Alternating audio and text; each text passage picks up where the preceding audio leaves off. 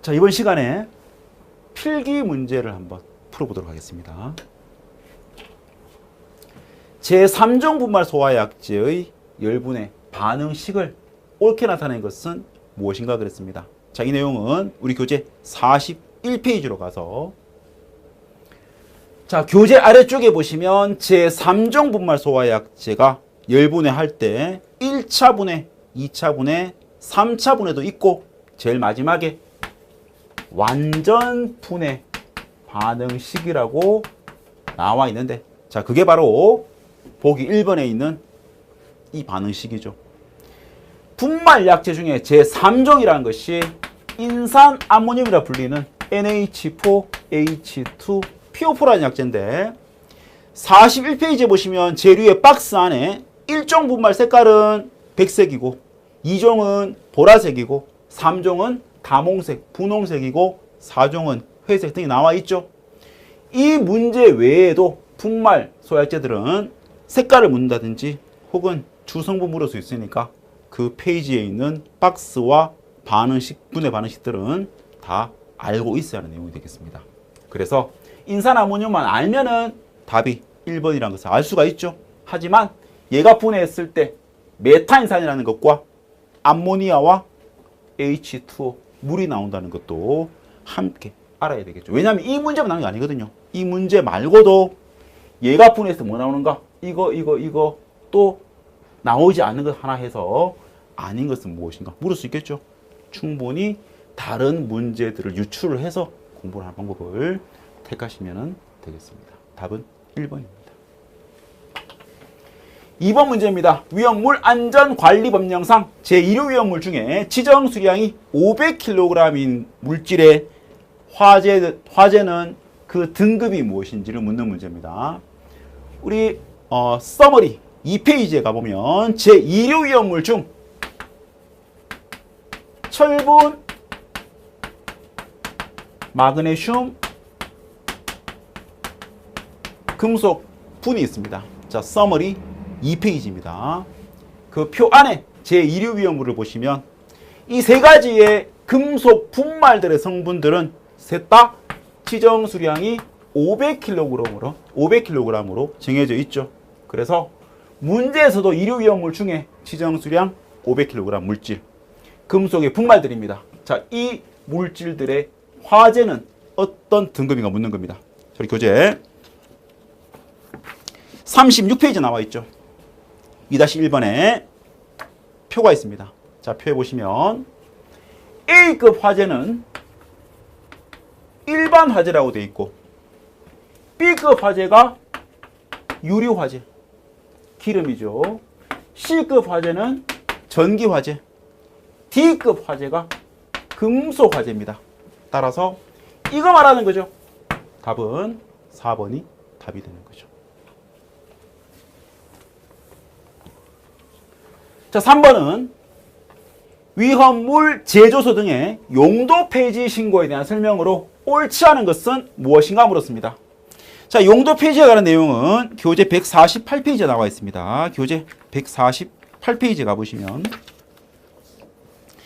1-3번입니다. 그중 괄호 1번에 있는 동그라미 2번과 3번을 같이 한번 볼게요.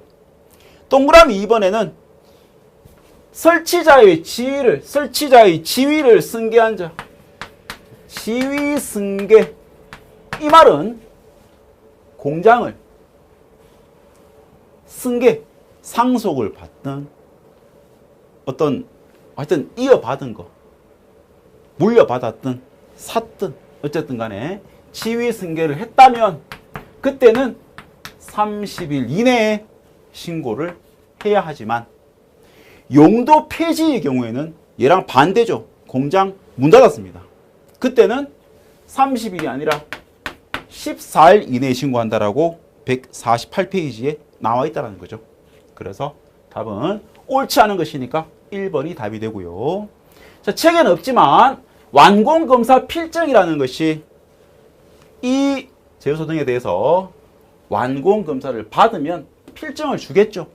자, 이걸 이제 첨부를 해서 더 이상 안 합니다라는 어떤 의미로서 신고서에 이걸 첨부를 해서 제출을 해야 합니다. 완공검사 필증 첨부는요, 변경사항이 있거나 혹은 폐지를 하거나 전부 다 첨부를 해야 되는 내용이고, 자, 또 한 가지 전자문서로 된 용도 배신고서를 제출하는 경우에 역시 필증은 제출을 해야 하겠죠. 그리고 신고를 할 때 의무의 주체는 관계인이 되겠습니다. 답은 1번. 4번 문제는 할로겐 화합물의 소와 약재 중에서 할온 2402의 화학식은 무엇인지 물었습니다. 자, 교재 42페이지로 가서 42페이지에 억제 소화기의 종류, 그 중에 괄호 1번에 할로겐 화합물 소화기인데 동그라미 1번에 보시면 할론 명명법 나와 있습니까? 자, 그 내용입니다. 할로겐 화합물 소화 약재의 할론 명명법은 탄소 C 그리고 불소 F입니다. 염소 Cl이고요. 그 다음에 브롬입니다. 원래는 할로겐 원소 그래서 불소, 염소, 브롬 다음에 I라는 요드가 포함되어 있지만 할로겐 화합물 소와 약재를 만들 때는 이 요드는 빠지게 됩니다. 이 네 가지만 가지고 물론 경우에 따라 수소가 포함될 수 있겠지만 여기서는 일단 제외를 하고 설명드릴게요. 자, 이 네 가지를 가지고 조합을 하는데 이 순서입니다. C, F, Cl, Br의 순서대로 그 개수를 읽어주면은 바로 할온 숫자의 화학식이 만들어진다는 겁니다. 번호가 된다는 얘기죠. 먼저 240입니다. 240이라는 말은 탄소가 몇 개 있다? 2개 있다는 얘기죠. 불소 몇 개 있습니까? 4개 있습니다. 염소는 없다는 얘기죠. 그리고 브롬 2개 있으니까 답은 C2F4 Br2 4번이 답이 되고, 자, 어떤 문제에서는 이 답이 4번이 보기 없고요. C2 Br2 F4라고도 표시를 할 수 있거든요. 이렇든 우리는 상관이 없죠. 어쨌든 얘의 순서이기 때문에 C 2개, 불소 4개, 불소가 뒤에 있어도 상관이 없죠. 불소가 4개라는 뜻입니다. 브롬 2개. 이거랑은 똑같다. 이렇게 결론을 내리면 되겠습니다. 5번 문제입니다. 위험물, 제수 등에 설치해야 하는 자동 화재 탐지 설비의 설치 기준에 대해서 틀린 것을 물었습니다. 자, 교재 63페이지로 갑니다. 교재 63페이지. 거기 위에 보면 자동 화재 탐지 설비의 설치 기준 나와 있습니까? 먼저 자동으로 화재를 탐지할 수 있는 설비를 말하는 거죠. 자, 이거 설치할 때 경계구역을 정합니다. 경계구역은 건축물, 그 밖에 공작물의 2개 이상의 층에 걸치지 말라는 거죠. 걸치도록 할 것이 잘못됐고요. 걸치지 말합니다. 하나의 층에 대해서만 그 구역으로 경계구역으로 정하라는 얘기죠. 두 번째, 하나의 경계구역에서 한 변의 길이는 50m 이하로 하고 괄호 안에 만약 광전식 분리형 감지기를 설치한 경우라면 100m까지 가능합니다. 자, 이 수치는 실기에서도 직접 물을 수 있는 숫자가 되겠습니다. 그래서 별도로 외워주시고, 자, 또 하나 63페이지에 보시면 동그라미 2번입니다. 하나의 경계구역의 면적은 얼마로 한다? 600제곱미터 이하로 하고요. 만약 주요한 출입구에서 건축물 내부 전체를 볼 수 있는 구조라면 그때는 면적을 1000제곱미터 이하까지 할 수 있다라고 정하는 부분도 역시 실기에 나오기 때문에 굉장히 중요한 문장이 되겠습니다. 세 번째, 감지기는 지붕 또는 벽의 옥내입니다. 건물 안에 붙어있는 부분에 유효하게 화재 발생을 감지할 수 있도록 설치를 해야 하고, 이 설비에는 비상전원도 설치를 해야 합니다. 답은 1번이 되겠죠. 6번입니다. 수소, 아세틸렌과 같은 가연성 가스가 공기 중에 누출되었을 때 연소하는 형식의 가장 가까운 것은 무엇인가 했습니다. 교재 29페이지로 가보죠. 교재 29페이지입니다. 제일 위에 보세요. 기체의 연소 나와 있습니까? 기체는 두 가지입니다. 확산연소와 혼합연소가 있는데 이 문장 자체가 교재에 있지만 이 문장의 의미가 없고요. 수소, 아세틸렌 같은 기체가 나왔다. 답은 무조건 확산연소가 답이라는 겁니다. 답은 1번이 답이 되고요. 그 다음에 29페이지에 보시면 액체연소에는 증발연소와 분해연소와 액적연소가 있고 그 밑에 고체연소 있습니까? 자, 이 고체가 시험에 자주 나온단 말입니다. 고체에는 표면연소가 있고 또 분해연소가 있고 자기연소가 있고 증발연소가 있습니다. 자, 시험에는 이 네 가지에 대해서 얘들이 고체 연소인지를 묻는 문제와 자, 또 각각 연소 형태에 대해서 그 예들이죠. 어떤 물질들이 이런 연소하는지. 자, 교재에 보시면 표면 연소는 목탄, 수치입니다. 코크스, 그리고 금속분 세 가지가 주로 시험에 나오고 분해 연소에는 뭐 종이나 목재나 석탄이나 플라스틱 등에 해당되고요. 자기연소는 제5류 위험물이라면 자기연소에 해당이 됩니다. 그리고 고체이지만 증발연소하는 물질들에는 황, 2류 위험물인 유황이라고 불리죠. 황, 나프탈렌, 양초, 양초를 다른 말로 파라핀 이렇게 부릅니다. 따라서 답은 1번이 되고 7번에는 알코올류 2만 리터에 대한 소화 설비 설치할 때 소요 단위가 얼마인지를 묻는 문제네요. 자, 우리 서머리 3페이지에 가면 사류 위험물에 분명히 알코올류가 있습니다. 알코올류는 지정 수량이 400리터로 정해져 있죠. 자, 그리고 소요 단위를 알아보기 위해서는 교재 46페이지로 가서 교재 46페이지 제일 밑에 보면 소요 단위라는 표가 있습니까? 자, 거기서 위험물을 보세요. 위험물은 이 지정 수량의 10배가 되는 양을 1소요 단위라고 정한다라는 거죠. 다시 말해 이 말은 알코올류의 경우에는 4,000리터입니다. 4,000리터마다 소화 설비 1단위씩을 갖다 놔라. 이 말이 바로 1소요 단위가 되는 겁니다. 근데 문제는 알코올류를 얼마 갖다 놨습니까? 2만 리터 있다면 2만 리터가 있다면 4,000리터마다 1소요 단위니까 2만 리터라면 5소요 단위 맞겠죠. 답은 1번이 답이 되는 겁니다. 2만 리터의 알코올류라면 5단위의 소화 설비가 필요하다라는 말로도 대신 할 수 있겠습니다. 8번에는 분말 소화 설비 기준에서 규정한 전역 방출 방식 또는 국소 방출 방식 분말 소화 설비의 가압용 또는 추가비용 가스가 어떤 것인지 물었는데 교재 41페이지로 가서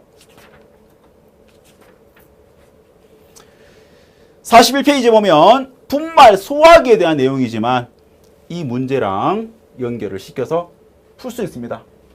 잠깐만 참고하기 위해서 문제에 나와 있는 전역 방출 방식은 전체 구역의 약재를 다 방출한다 이 뜻이고 국소 방출 방식은 특정 구역에 대해서만 방출한다 이렇게만 구분하시면 되겠습니다. 근데 얘들은 둘 다 해당되는 상황으로서 교재를 보시면 41페이지의 제일 위에 표 밑에 동그라미 2번입니다. 주로 축압식을 이용하는데 압력원, 약재를 밖으로 불어내는 압력원으로서는 질소가스를 이용하든지 아니면은 이산화탄소를 주로 이용한다는 얘기입니다.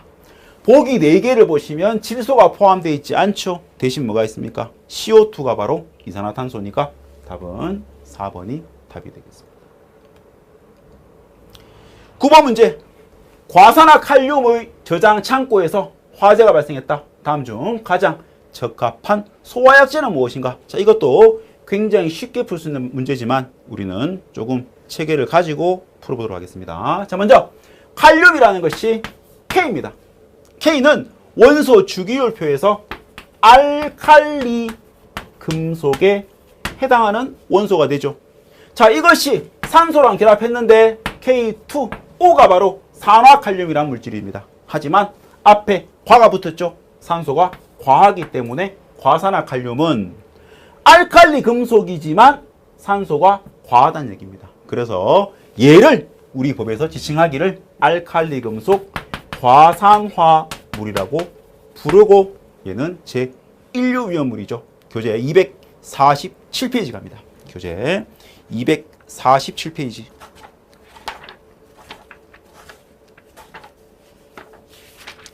여기에 굉장히 큰 표가 하나 있습니다. 자, 이 표에서 제1류 위험물 찾고요. 거기서 알칼리 금속 과산화물이라는 것이 있을 겁니다. 찾으세요. 자, 얘는 밑으로 쭉 내려봤을 때 동그라미가 있으면 그 위험물에 대해서 그 왼쪽에 있는 소화슬비나 소화약제가, 소화기가 적응성이 있다, 불 끌 수 있다는 뜻입니다.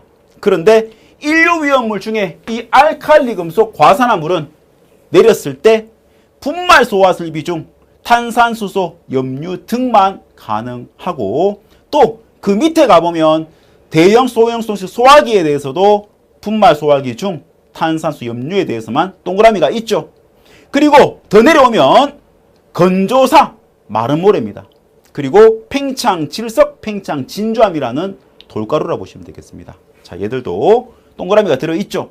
하나만 더 추가해서, 두 개만 더.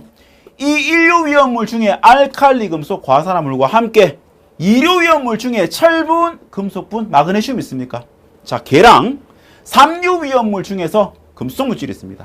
자, 이 세 가지를 동시에 밑으로 쭉 내립니다. 그러면 동그라미는 탄산, 수소, 염류라는 것 두 군데와 제일 마지막에 있는 건조사, 마른 모래, 그리고 팽창질석, 팽창진주암이죠.